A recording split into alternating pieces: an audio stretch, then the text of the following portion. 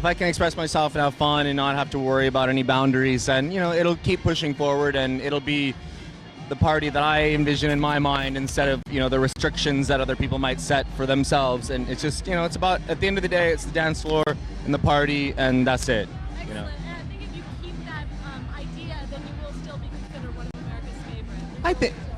Thank you. I think so, because I think a lot of people start to take it way too seriously, and that kills a bit of it. It just becomes a little bit too serious. This is party music, so we got to keep it rocking. So you're a featured DJ on Moby's tour area 2. How does that make you feel, and how does it feel to be on such a high-profile tour? At first, when they told me, I didn't take it seriously, and I thought they were joking. And then, because before, there were a lot of American DJs that were saying, they weren't considered for it, and so I kind of assumed it was a UK thing. As Americans, we have really opened the door for European DJs, and I kind of assumed it was another one of those things. So to be considered for it, I just kind of wrote it off, and then when it happened, I was like, okay, cool. I had no expectations, but when it came through, I was very happy. So I'm excited. Yes, absolutely. So are you a resident DJ for any nightclubs or promoters presently? I'm a resident DJ at a club called Fabric in London, and then at Buzz in DC, a club called The Church in Denver, and at Central Fly in New York. And those are my main residencies right now. What makes the night special? Just because I know the people that are coming, and I can develop that crowd and really start to identify with them and zoom into what they like and what the style that they're used to me playing on that night. And everything I put in my crate is something that I love, but for those people on that night, I might cater towards them a bit more, so. Have you done any traveling outside of North America to DJ lately? Yes, I just got back from South America, and I was in Panama City, Lima, Peru, Buenos Aires at a club called Pacha, which was incredible. 2,500 people at 8:30 in the morning, and they didn't want to leave. And then they really did not want to leave. And I mean, it was my first time playing at that club. I'd played it bugged out for Creamfields before that, last year. And then right after that, I went to Colombia, and that was that was sensational, amazing.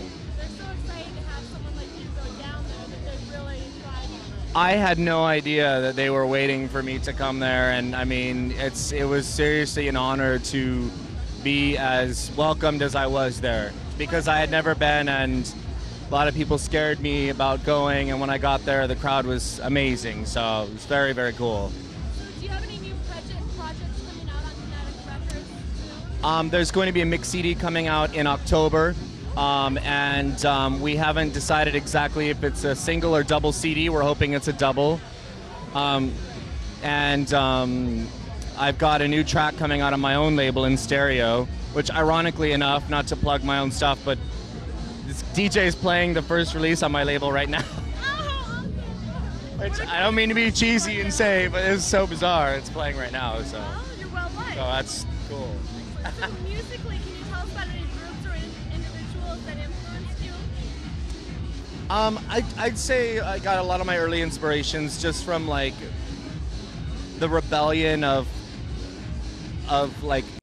rock, and I mean, even though when I was in high school, I used to love AC/DC and a lot of really funky kind of rock stuff, but a lot of the new wave and industrial stuff really inspired me, Foxy and Chic and Devo and just anything kind of funky and on the edge with stuff that.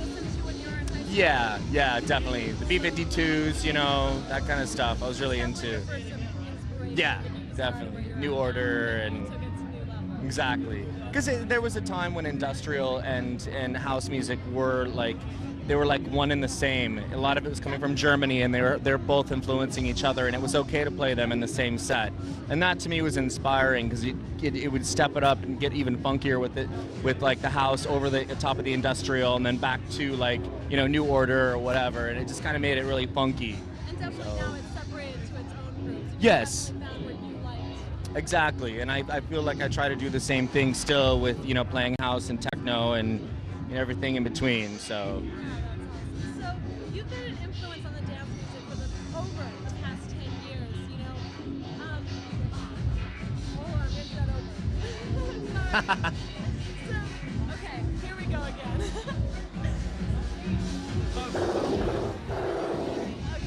been Okay. an influence over the dance scene over the past 10 years. How does it make you feel? And if you could change anything, what would you change? What I would change is I think I would have to concentrate on our country and say that I would focus on the fact that as is, you know, America is so open-minded in some areas, like we're so narrow-minded musically, because house music is the last thing that's been able to cross over on the radio. Like everything else, industrial, hip-hop, you know, disco, everything has made it on the radio, but for some reason Americans are so closed off to house music on the radio. But you go to any of these countries and it's just a normal thing to hear it on the radio. It's bizarre. And I would change that, and I would somehow like to go back in time and research where the blockage happened and try to open it up, because for some reason we seem to be really, you know, stubborn there. It would be great, you know what I mean? This is DJ Dan, you're hanging with World Dance Network. Awesome. Thank you so much. It was so good. Thank you. You did really good. Oh, thank you.